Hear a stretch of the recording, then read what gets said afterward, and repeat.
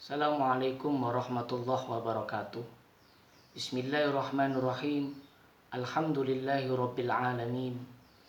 Wassalatu wassalamu ala asrafil anbiya'i wal mursalin wa ala alihi wa sahbihi wa man tabi'ahum bi ihsanin ila yaumiddin. Wa qala ta'ala fi kitabihil karim, a'udzu billahi minasyaitonir rajim. Wa aqimus sholata wa atuz zakata wa ma tuqaddimu li anfusikum min khairin tajiduhu indallah innallaha bima ta'maluna basir. Amma ba'du. Hadirin para jamaah yang dirahmati oleh Allah, wabil khusus anak-anakku SMK Tanwir Surabaya. Syukur alhamdulillah pada kesempatan pagi hari ini kita semuanya masih diberikan kenikmatan oleh Allah. Nikmat berupa iman, nikmat berupa Islam, nikmat berupa sehat. Sehingga pada akhirnya kita semuanya ditakdirkan oleh Allah untuk dapat melaksanakan ibadah di bulan suci Ramadan, untuk dapat melaksanakan ibadah puasa. Mudah-mudahan apa yang kita kerjakan ini senantiasa bernilai ibadah di hadapan Allah Subhanahu wa taala. Dan mudah-mudahan ibadah-ibadah yang kita kerjakan senantiasa diterima oleh Allah Subhanahu wa taala. Hadirin para jamaah yang dirahmati oleh Allah, wabil khusus anak-anakku SMK Tanwir Surabaya peserta Pondok Ramadan berbasis daring. Alhamdulillah pada kesempatan hari ini kita masuk di hari ke-11 kegiatan Pondok Ramadan berbasis daring. Mudah-mudahan di awal, dimulai hari pertama sampai detik hari ini, segala materi-materi yang sudah diberikan oleh Ustadz Ustadzah senantiasa dapat menjadikan tambahan keilmuan bagi kalian semuanya.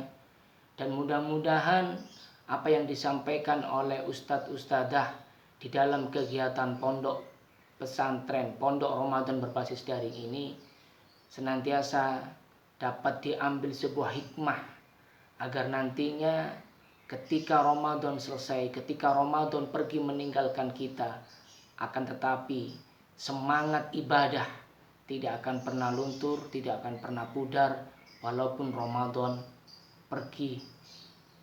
Dan mudah-mudahan keistiqomahan dalam beribadah dapat kita lestarikan, dapat kita teruskan selepas Ramadan meninggalkan kita. Oleh karena itu mudah-mudahan kita semuanya senantiasa diberikan kesehatan oleh Allah agar dapat menjalankan ibadah dengan khusyuk dan dengan istiqomah.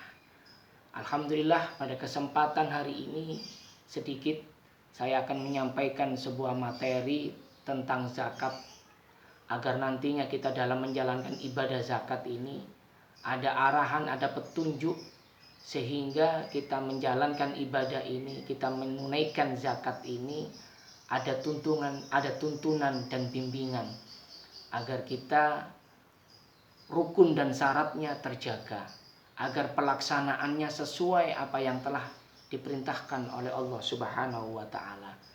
Hadirin para jamaah yang dirahmati oleh Allah, wabil khusus anak-anakku SMK Tanwir Surabaya peserta Pondok Ramadan berbasis daring. Zakat fitrah adalah salah satu zakat yang diwajibkan untuk umat Islam yang mana yang mereka mampu dan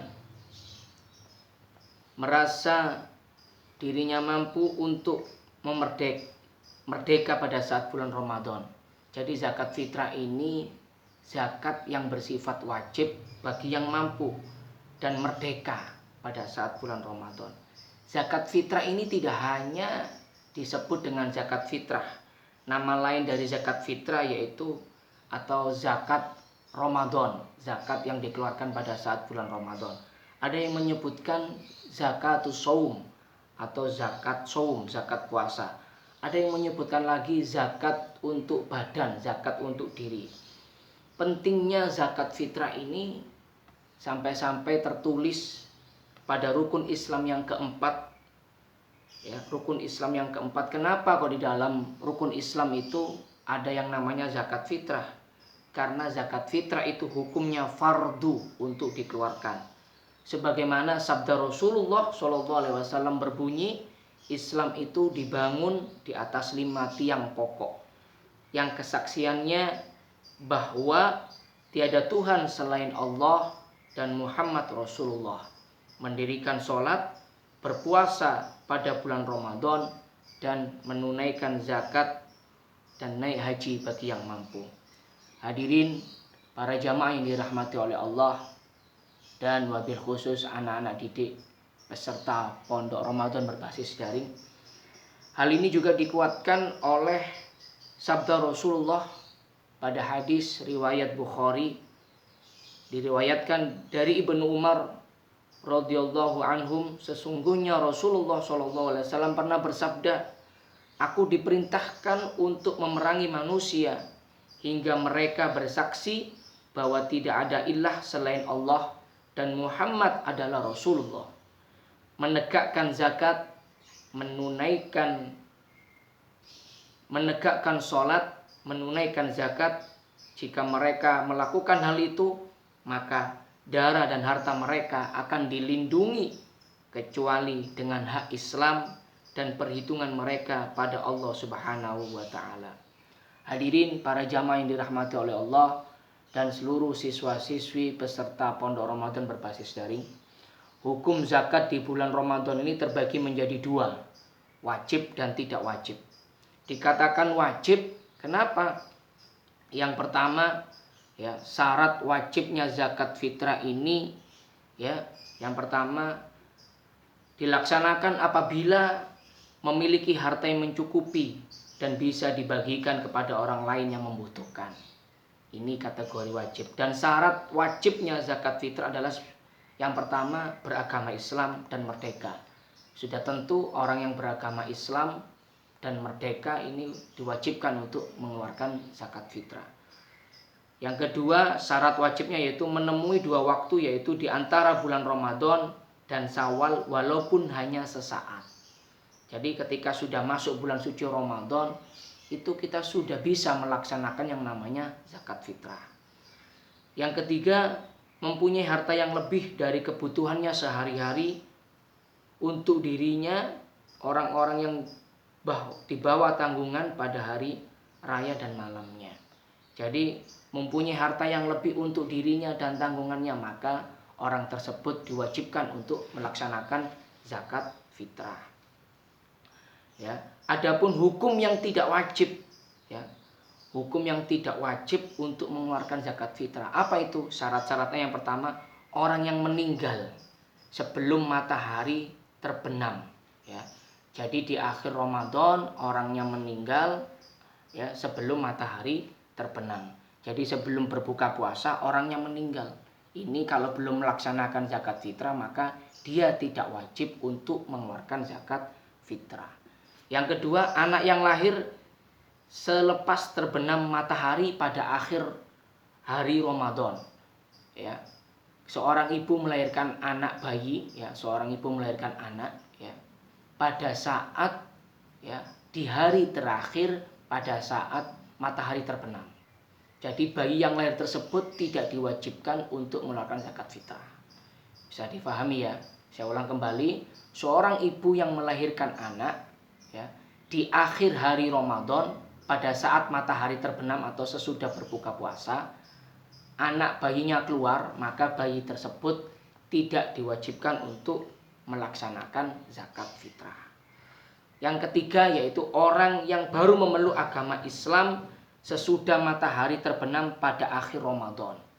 Maksudnya yang di sini adalah orang yang baru memeluk Islam, berarti mu'alaf. Mu'alaf atau orang yang baru masuk Islam, dan masuk Islamnya ketika matahari terbenam di akhir bulan suci Ramadan. Bisa difahami, ya.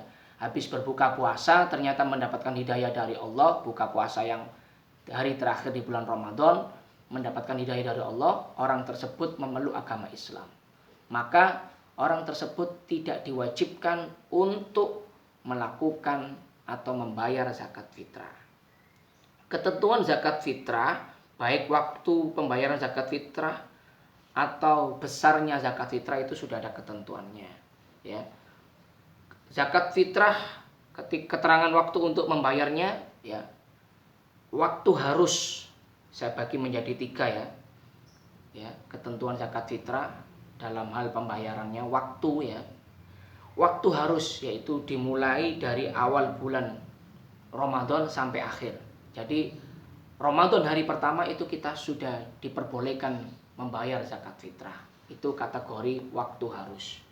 Yang kedua, ya, waktu wajib. Waktu wajib mengeluarkan zakat fitrah setelah matahari terbenam, ya. Setelah matahari terbenam pada akhir bulan suci Ramadan, yakni pada saat takbiran. Waktu wajib pada saat takbiran kita diwajibkan untuk mengeluarkan zakat fitrah. Dan yang terakhir adalah waktu afdol. Waktu afdol itu setelah dilaksanakannya sholat subuh sebelum menjalankan sholat id. Jadi setelah menjalankan sholat subuh sebelum berangkat sholat Idul Fitri. Tapi harus hati-hati, takutnya nanti terlewatkan, ini bisa tidak menjadi afdol lagi. Ya, itu adalah pembagian waktu. Ada 3 waktu harus, ya, itu mulai awal bulan Ramadan, sudah masuk bulan Ramadan itu kita diperbolehkan membayar zakat. Yang kedua, waktu wajib ketika takbir, sudah mendengar takbir itu kita diwajibkan untuk membayar zakat fitrah. Dan yang ketiga adalah waktu afdol ketika sesudah sholat subuh sebelum berangkat sholat id, itu adalah waktu afdol untuk mengeluarkan zakat fitrah.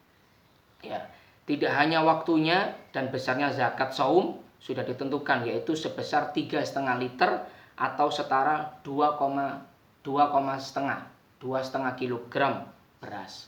Namun untuk mengantisipasi beratnya timbangan ketika kita beli beras, lebih baik kita lebihkan 2,75 atau 2,8 kilo.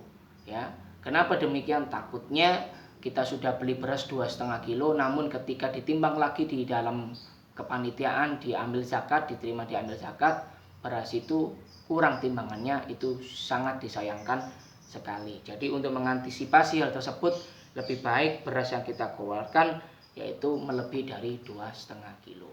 Adapun niat bacaan zakat fitrah untuk diri kita sendiri, Bismillahirrahmanirrahim, nawaitu zakatal fitri an nafsi fardhu lillahi ta'ala. Yang mana artinya, dengan ini saya berniat mengeluarkan zakat fitrah untuk diri saya sendiri karena Allah Ta'ala. Mudah-mudahan penjelasan yang singkat ini dapat memberikan gambaran kepada kita semuanya untuk melaksanakan zakat fitrah, ya, khususnya untuk diri kita pribadi. Dan mudah-mudahan keterangan yang saya berikan ini dapat dijadikan sebuah hikmah, tambahan keilmuan, dan mudah-mudahan ibadah kita senantiasa diterima oleh Allah Subhanahu wa Ta'ala, dan semoga kita semuanya senantiasa diberikan kesehatan oleh Allah sehingga dapat melaksanakan ibadah dengan khusyuk, dengan tenang, dan mudah-mudahan wabah virus corona COVID-19 ini segera berakhir di negeri tercinta ini sehingga kita dapat melaksanakan aktivitas-aktivitas dengan nyaman dan tenang. Itu saja yang dapat saya sampaikan. Kurang lebihnya mohon maaf yang sebesar-besarnya. Wabillahi taufik wal hidayah waridho wal inayah. Wassalamualaikum warahmatullahi wabarakatuh.